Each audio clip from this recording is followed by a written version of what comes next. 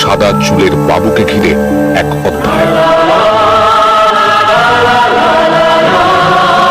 তিনি বঙ্কিমের বাবু নন, পাম অ্যাভিনিউয়ের 770 স্কোয়ার ফিটের ছাপোষা বাসিন্দা। তবু তিনি বাবু, বাংলার শেষ নেতা, যার নামের সঙ্গে বাবুটা যেন চলেই আসে, বুদ্ধবাবু। এক অধ্যায়ের সমাপ্তি। শুরুটা হয়েছিল 1944 সালে। দেশ তখনও ভাগ দেখেনি, স্বাধীনতা দেখেনি। সেই সময় তাঁর জন্ম 1 মার্চ 1944 সালে জন্ম, উত্তর কলকাতায়। শৈলেন্দ্র সরকার বিদ্যালয়ে পড়াশোনা, প্রেসিডেন্সি থেকে বাংলায় অনার্স। 1964 সালে কলেজের পাঠ চোকানোর পরেই রাজনীতিতে হাতে খড়ি। সিপিএম এর প্রাথমিক সদস্য, সিপিএম এর যুব সংগঠন ডিওয়াইএফআই এর প্রতিষ্ঠাতা সম্পাদক। কর্মজীবন শুরু অবশ্য শিক্ষক হিসেবে, দমদম আদর্শ বিদ্যা মন্দিরের শিক্ষক। বাকি জীবন জুড়ে রাজনীতি, বামপন্থী আন্দোলনে ভেসে যাওয়া, পথে নামা।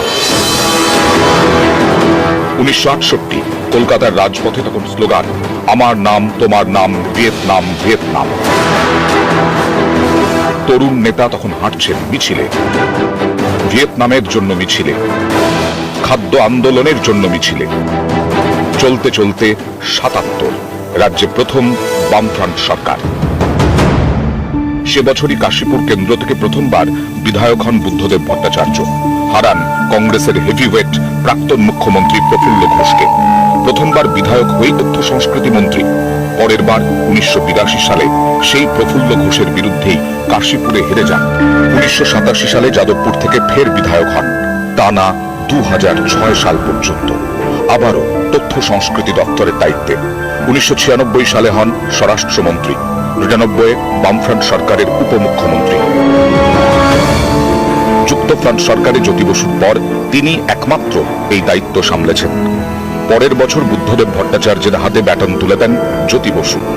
2000 সালের 6 নভেম্বর পশ্চিমবঙ্গের মুখ্যমন্ত্রী হন বুদ্ধদেব ভট্টাচার্য। 2000 থেকে 2011 পশ্চিমবঙ্গের মুখ্যমন্ত্রীর দায়িত্ব সামলেছেন। 2011 সালে হেরে যান যাদবপুরে। সে বছর রাজ্য দেখে ক্ষমতার পরিবর্তন, বামেদের হারিয়ে ক্ষমতায় আসে তৃণমূল। তিনি তখন এক পরাজিত সেনাপতি। দলের ভেতরে বাইরে অনেকের চোখেই কাঠগড়ায়। তার নেতৃত্ব নিয়ে হাজারো প্রশ্ন, তার কর্তৃত্ব নিয়ে নানা সংশয়। তিনি নিজেও পরে দ্বিধাহীন কণ্ঠে ভুল স্বীকার করেছেন। সিঙ্গুর এবং নন্দীগ্রামের ব্যর্থতার জন্য একাধিকবার দায় স্বীকার করেছেন। আবার এও প্রত্যয়ের সঙ্গে দাবি করেছেন তার আমলে শিল্পায়নের নীতিতে কোনো ভুল ছিল না। আত্মসমালোচনাকে তিনি জরুরি মনে করতেন, শুদ্ধিকরণের দাওয়াই হিসেবে মানতেন। তাকে পাথেয় করেই ফের নেমেছিলেন ময়দানে। একটা সর্বনাশের কিনারায় গিয়ে দাঁড় করিয়েছে এই সরকার এই রাজ্যকে। এ রাজ্য এখন দেউলিয়া। নির্বাচনী সাফল্য হয়তো আর পাননি, কিন্তু শেষ দিন পর্যন্ত বুঝিয়েছেন বামপন্থাই বিকল্প। বিচ্যুতি হতে পারে, দ্বন্দ্ব থাকতে পারে, কিন্তু বামপন্থীরাই পারেন আলোচনার মাধ্যমে সব দ্বন্দ্ব ত্রুটি বিচ্যুতি কাটিয়ে এগিয়ে চলার পথ দেখাতে। শরীর তাকে ঘরবন্দী হয়ে থাকতে বাধ্য করেছে, কিন্তু তিনি থেমে থাকেননি। তার মধ্যেই গোগ্রাসে বই পড়েছেন, লিখে গেছেন, নিজেই বলেছিলেন অস্তিত্বের অর্থ কি।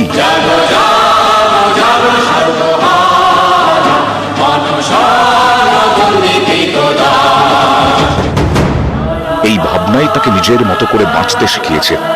সন্দেহের চোরাবালিতে ঘুরপাক খেয়েছেন, স্বপ্ন দেখেছেন, স্বপ্ন দেখিয়েছেন। তার স্বপ্ন পূরণ হয়তো হলো না, কিন্তু তার স্বপ্নের মৃত্যু নেই। নিউজ 18 বাংলা।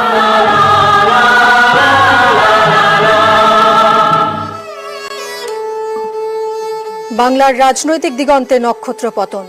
80 বছর বয়সে প্রয়াত বুদ্ধদেব ভট্টাচার্য। দীর্ঘদিন ধরেই ফুসফুসে সংক্রমণ, শ্বাসকষ্টের সমস্যায় ভুগছিলেন। 2021-এ কোভিডে আক্রান্ত হওয়ার পর দফায় দফায় হাসপাতালে ভর্তিও করা হয় তাকে। রাতেই অবস্থার অবনতি হয়, আর সকালে পাম অ্যাভিনিউয়ের বাড়িতেই জীবনাবসান।